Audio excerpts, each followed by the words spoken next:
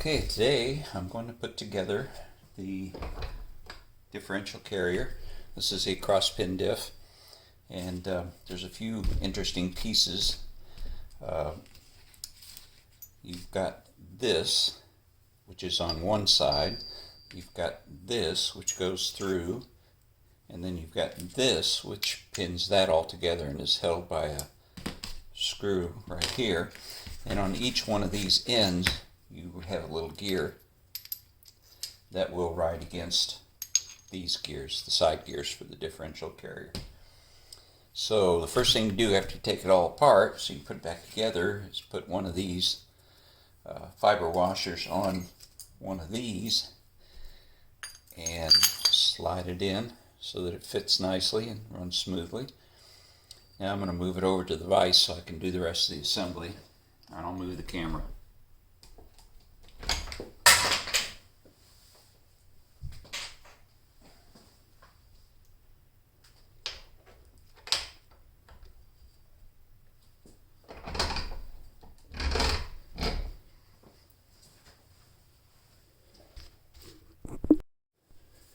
Okay, we've got this set up in the vise to hold it still while we put it together.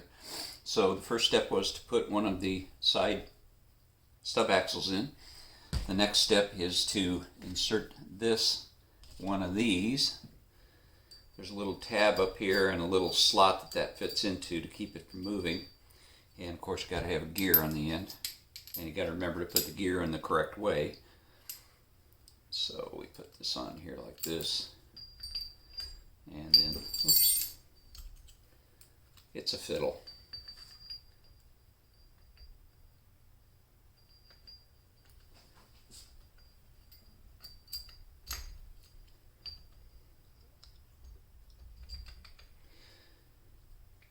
All right, one down. Then this one goes next. And it's important that when you get it together, you have that hole pointing in the right direction so that this pin can later engage with it. Like that. Otherwise, you're going to have fun. And it does only go one way, so you have to remember that. So, next up, a couple more gears and a couple more washers.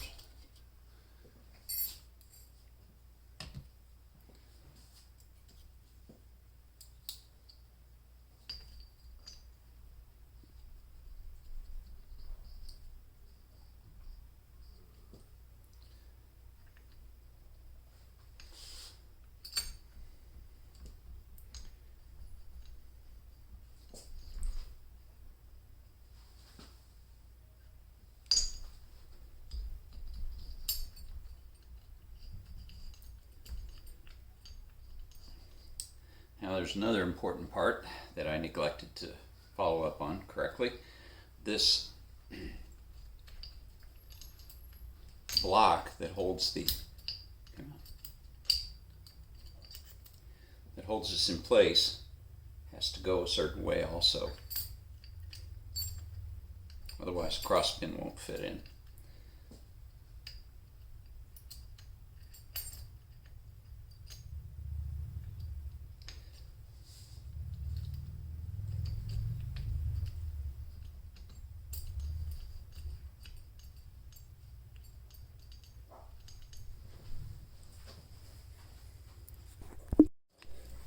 Sorry about that, I had to stop. The dogs got crazy outside there. Okay, the little block inside has to be at the right angle in order for this gear to go in. So I've already got two in. I'm going to put the third one in so I can push the cross pin through.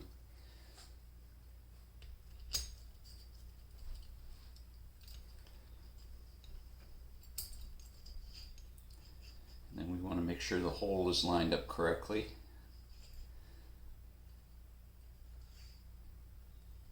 Then it has to engage with the gear on the other side.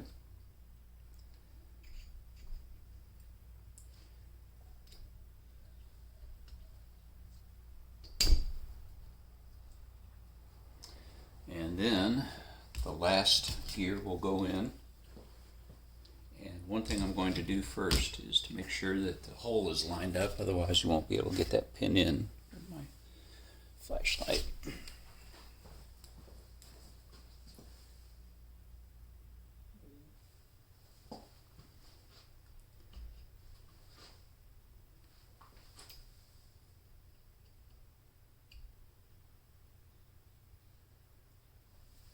I think I'll get a little straight pin to line that.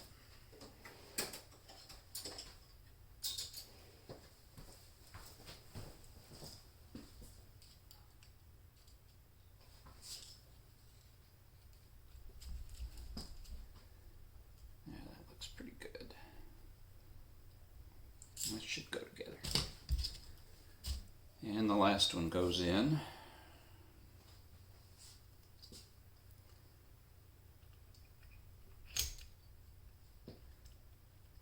And again, you have to rotate this so that the locking screw will go through it.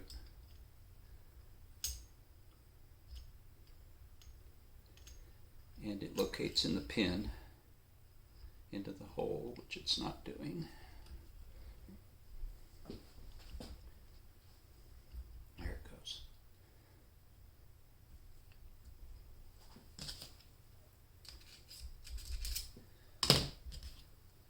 Then the locking screw goes in.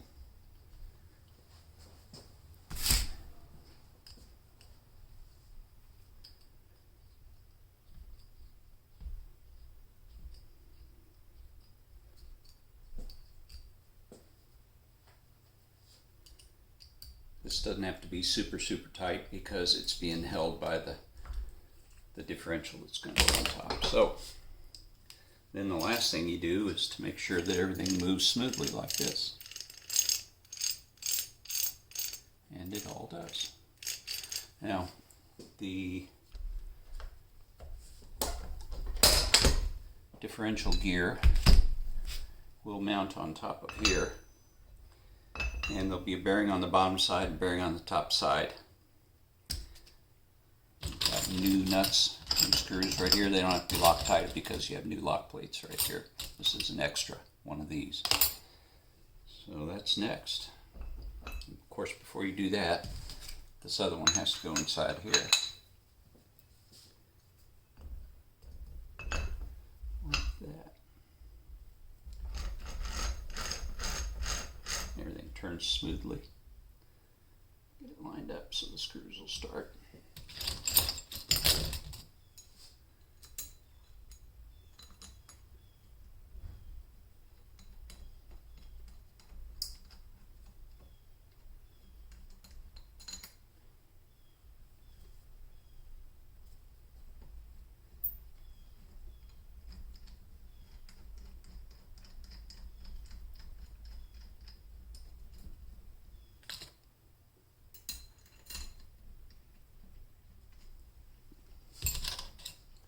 Notice these little tabs have a little curve up on the end. That's so you can get a hold of them. If they're flattened out, it's really hard to get them to bend up again.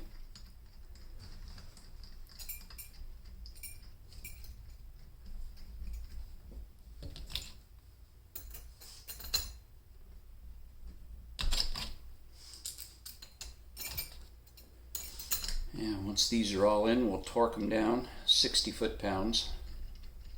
And then we'll bend up the lock tabs. And then we'll put the bearings on, and this will be ready to be installed in the transmission once I get the tranny built up. Just still have a ways to go on that.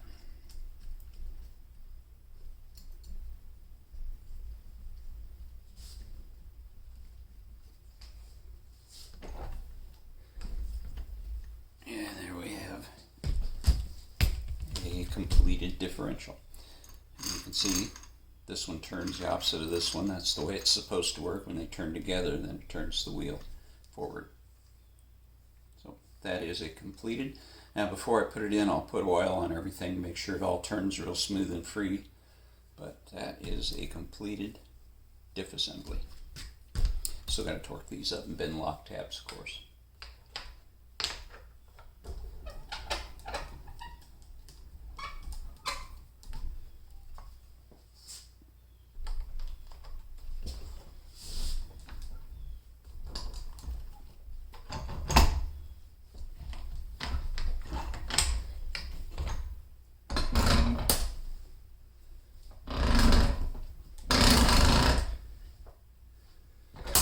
Okay.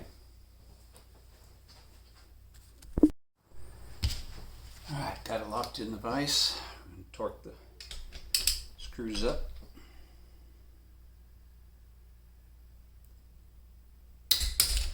When you're torquing, you always want to move the handle smooth and steady speed. You don't want to jerk it. You don't want to click it multiple times. You want to do these in a star pattern.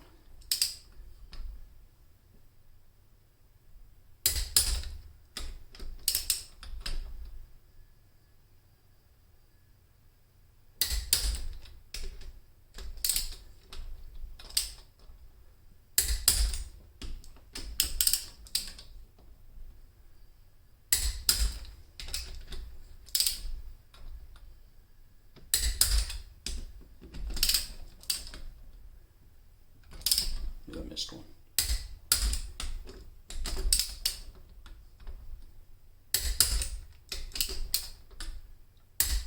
And that's that. Time you use a click type torque wrench, you want to make sure you always unwind it when you're done. You don't want to leave the thing wound up, because if you do, then you change the spring tension over time and it won't be accurate anymore.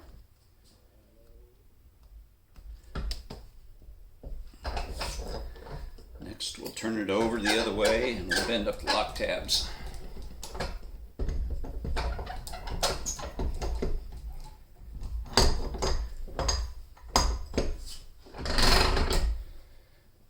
I'll get something to bend those up.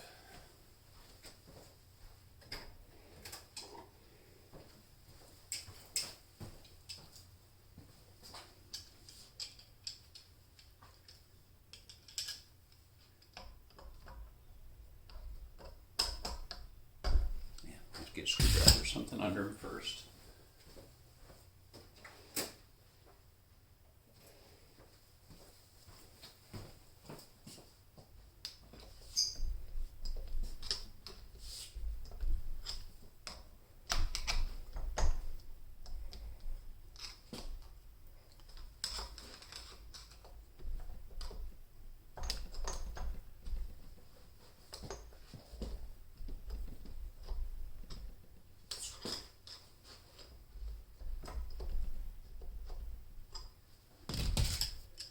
Can get them.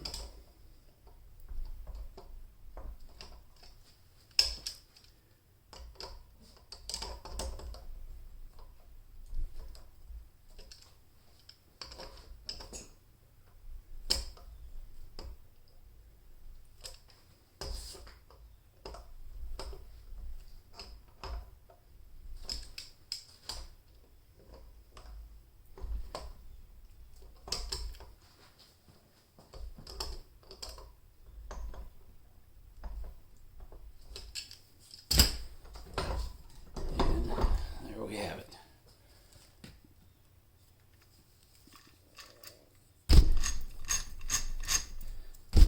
One differential ready to go in. And the last thing we have to do, of course, put these side bearings on. These shields go to toward the differential, and they just tap into place. Sometimes they'll just literally slide on, not always.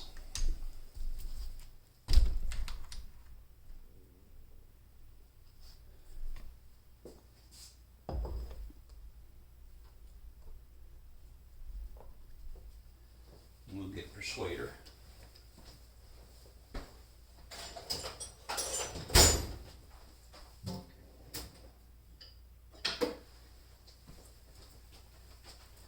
If you use a brass drift, you can't damage it. Now, because we're pushing the inside race onto this shaft. You only want to tap on the inside race. You don't want to tap on the outside.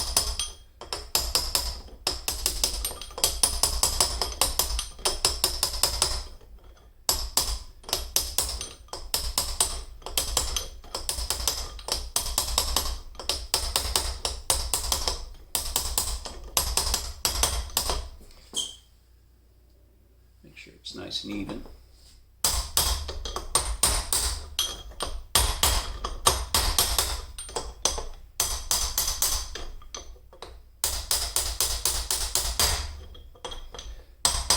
You can tell when it's all the way down because of the sound.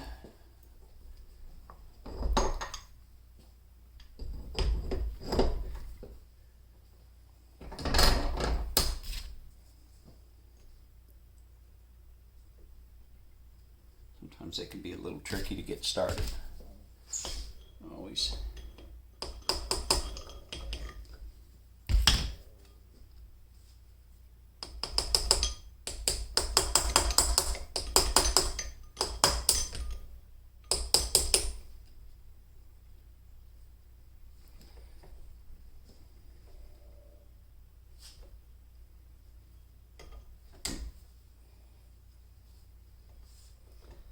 Checking for a burr to make sure there's nothing keeping it from going on.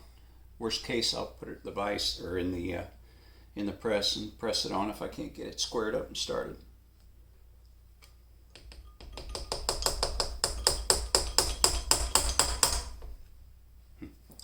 Doesn't seem to want to go.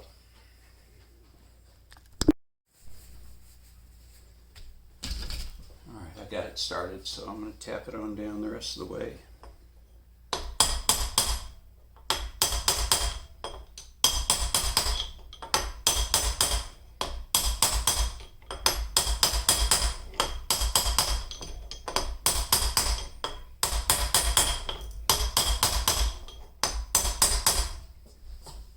And she's going.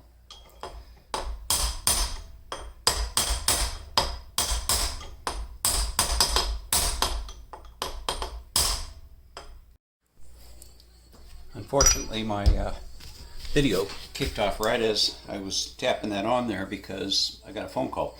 Anyway, it's all done, all together. Everything turned smoothly. I'll have to lube it all up, of course, before I put it in. But it is ready to go back in the car. And that's how you do one of those.